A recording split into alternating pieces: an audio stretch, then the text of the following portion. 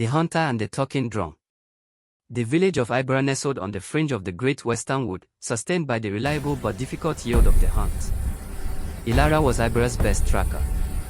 Lean, quiet, and possessed of eyes that saw the difference between a fallen leaf and a nervous deer, he was respected not for wealth, he possessed none, but for his integrity. His loyalty was rooted in his mother, a woman weakened by fever, and the small community he swore to protect. He hunted not for sport or profit, but for necessity. He understood responsibility as the unspoken contract between a man and his people. What you take from the world, you must share. The usual hunting grounds were barren. A harsh dry season had pushed the game deep into the Whispering Woods, a territory strictly forbidden by the village elders.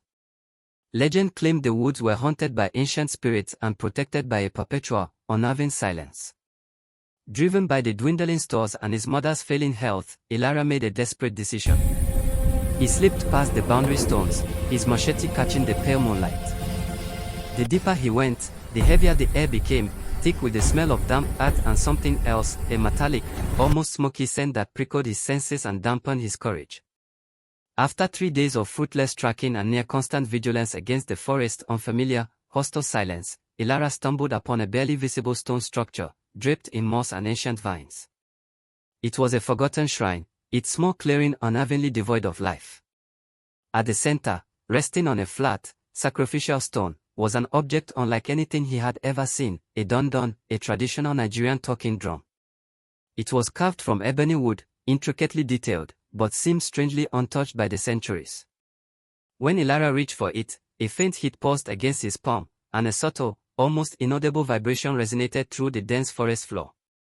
Ilara, captivated, carried the drum back to his lonely camp.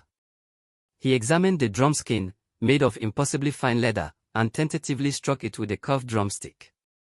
Instead of the rhythmic beat he expected, a low, smooth voice resonated directly in his mind, sharp as a whip crack. Finally, a listener, the voice purred. "I am Iron, and I have waited long. Do not fear, hunter. The silence of this forest was my prison. Now, we are partners." Ilara was terrified, dropping the drum. Iron, the name for a drummer, was haughty and witty, speaking in riddles and promises. It claimed to possess knowledge of all hidden things, where the best game lay, where streams never dried, and where treasures lay buried. The price. Ilara's ear, and his absolute discretion. The drum didn't demand a soul, only exclusive loyalty to its guidance. Ilara, battling his moral instincts, decided the survival of his mother outweighed the risk of consulting with a strange, speaking artifact. He consulted Iron sparingly at first. The results were miraculous. The drum guided him to a previously unknown salt lake, bringing him a spectacular haul of deer. It then whispered of a vein of iron ore, far richer than any previously mined, located just beneath the village's dry, useless clay. Overnight, Ilara became the wealthiest hunter and ore supplier in Ibera. His mother recovered with the best medicine money could buy, and he secured his future. Iron had delivered, but its voice became subtly more insistent, advising him to retain the ore, not just sell it, to increase scarcity and maximize future profit. This was the first, small crack in Ilara's loyalty to the community. A true crisis struck Ibera, a widespread drought that withered the crops and scattered the remaining livestock. Starvation was a real fear. The elders looked to Ilara, the newly rich man, hoping he would use his wealth to buy grain from the coast. "Give them a pittance, perhaps, but keep the core," Iron advised, its voice a seductive hiss in the silence of Ilara's heart. "They are weak, they will always be weak. Their hardship is an opportunity for your permanence. Buy the land when they are forced to sell. Your loyalty must be to the future you build, Ilara, not the past you save." Ilara wrestled with the themes of loyalty and responsibility. He could save his entire community. Instead, he gave a generous but calculated donation, enough to ward off immediate death, but not enough to stop the poor from beginning to sell off their ancestral farmlands. He was hailed as a savior, but his conscience was bruised. Having acquired vast stretches of land through carefully orchestrated misfortune, following Iron's advice, Ilara began building a grand house, conspicuous and ornate, made of imported materials. He started dressing in fine silks, his humble nature replaced by a sharp, calculating arrogance. He married Lyra, a beautiful woman from a distant, powerful family, entirely chosen by Ian for her strategic connections. His mother, seeing his detachment and the hollowness in his eyes, warned him about the pursuit of bottomless greed, but Lyra dismissed her as old-fashioned. He was now a master of subtle manipulation, using Ian's secrets, a rival elder's petty gambling debt, a trade route's pending collapse, to consolidate his economic and social power. Ian's influence was now absolute. The drum demanded constant, focused attention, instructing Lyra on every detail of his life, when to sleep, what to eat, which business partners to ignore. The drum's true nature became clear. It wasn't just knowledgeable, it was possessive. You neglect your duties to your own self, Lyra, Ian chided when Lyra wanted to spend an evening with Lyra. True responsibility lies in maintaining power, not in sentimental domesticity. Listen to the wisdom of ages, not the chatter of fools. Lyra became isolated, speaking in whispers and moving with the guarded intensity of a man constantly receiving secret instructions. His old friends found him cold, his mother found him unrecognizable, and Lyra, his carefully chosen wife, felt she was married to a phantom guided by an unseen hand. Kale, Lyra's closest childhood friend and now a village elder struggling to maintain order, grew deeply suspicious. He had watched the descent from humble hunter to secretive tyrant. Kale confronted Lyra privately, appealing to their old loyalty, begging him to return to the man he once was. Lyra laughed, a dry, joyless sound. You speak of poverty, Kale. I speak of destiny.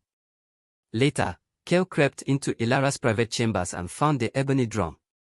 When Kale touched it, Ian shrieked, a high-pitched, painful sound that forced Kale to recoil. Lyra burst in, his eyes blazing with protective fury. You betrayed me. Lyra shouted, choosing the object over the man who had risked his life beside him countless times. He had Kale exiled on fabricated charges of treachery, cementing his choice of greed over true loyalty. Guided by Ian's dark counsel, Lyra engineered the downfall of the sitting chief and, through a combination of fear and carefully placed bribes, the ill-gotten ore ascended to the chieftaincy. He had achieved the zenith of power, but it was a hollow victory. He had no true allies, only subjects. Lyra ruled with utter selfishness, prioritizing the expansion of his ore exports over the welfare of his people. He levied crushing taxes to fund his personal security and elaborate ceremonies advised by Ian. He had lost all sense of responsibility to his people, viewing them only as a means to increase the drum's perceived value. He was a rich man in a dying village, a ruler of ruin. A crisis of unprecedented scale arrived, not a drought, but a sudden, devastating plague brought by a trading caravan. Panic seized Iberra. Lyra consulted Ian for a cure. The plague is merely a cleansing process, Ian assured him smugly. It will take the week. Gather your wealth and prepare to move to the coast. Only power and coin are eternal, Lyra. The people are disposable. Lyra, witnessing the sheer suffering, the dying children, and the silent despair of his mother's frail figure, finally saw the drum for what it was, not a source of wisdom, but a conduit of pure, self-serving malevolence. Ian had led him to power, but its knowledge was only relevant to personal gain. It had no compassion, no vision for collective survival, and therefore, no real, lasting wisdom. The price of his greed had cost the village everything. In the height of the plague and the despair, Lyra carried the Dundon to the highest, most exposed peak above the village. He looked down upon the smoky, ravaged homes and felt the weight of his betrayal, the betrayal of his loyalty to Kale, to his mother, and to his contract with the community. I have chosen the wrong master, he whispered, the truth tasting like ash. Ian sensed his intent and shrieked, you fool. I am power. You are nothing without me. Your responsibility is to yourself. Ignoring the mind-numbing pain Ian's voice inflicted, Lyra brought his heavy iron hammer down on the ebony shell. The drum did not shatter, instead, it released a blinding flash of light and a deafening, mournful wail that echoed across the valley. When the light faded, only dust remained. The village instantly felt lighter, the smoky atmosphere clearing as if a suffocating blanket had been lifted. The magic of the drum was gone, and so was its influence. Lyra returned to Iberra, stripped of his fine clothes and his title, a man humbled and broken. He did not seek to rule. Instead, He sought out Cale, who had survived in exile, and begged his forgiveness, accepting the full responsibility for his betrayal and his greed. He sold his grand house and his accumulated wealth, pouring every penny back into medicine and provisions. Elara spent the next 10 years working tirelessly, not as a chief, but as a servant, living solely by the true hunter's code: humility, sharing, and unshakable loyalty to the welfare of his people. He found that true power lay not in the secret of a magic object, but in the trust of a loyal community he had nearly destroyed. The decade that followed the drum's destruction was defined by silence, not the suffocating silence of iron's magical prison, but the awkward, necessary silence of deep wounds healing slowly. Elara's great wealth was gone, liquidated for grains, medicine, and tools. His grand house was systematically dismantled, its imported stones used to repair the community structures he had neglected. Elara himself lived in a simple hut, the antithesis of the palace iron had demanded. He worked harder than any man, digging wells, clearing overgrown fields, and mending relationships. Yet, trust was a fragile thing. His presence was a constant, painful reminder of the village's near destruction by his greed. Mothers shielded their children from his gaze, men nodded curtly but did not share salt or stories with him. Elara accepted this. His penance was not just labor but enduring the weight of collective memory. He was Ibera's cautionary figure, and his dedication to work was the only voice he was permitted. He was the shadow of his former self, learning that true responsibility is performed without expectation of praise or forgiveness. Cale's return from exile was tentative. He found Elara not in power, but covered in dust, splitting wood for the infirm. The reunion was devoid of dramatic declarations, only a simple, long look of understanding. Cale saw a man who had been shattered and had chosen to rebuild himself using the village's needs as his blueprint. Cale, now a respected leader, spent months testing Elara's commitment, observing his quiet labor and the consistency of his humility. Finally, Cale spoke to the Council of Elders. He did not ask for Elara's reinstatement, but for his full return to the community. Elara served a false god, Cale stated, standing by their restored pact. But he paid the price, and he is now serving us. We must not confuse the memory of the poison with the cure he has become.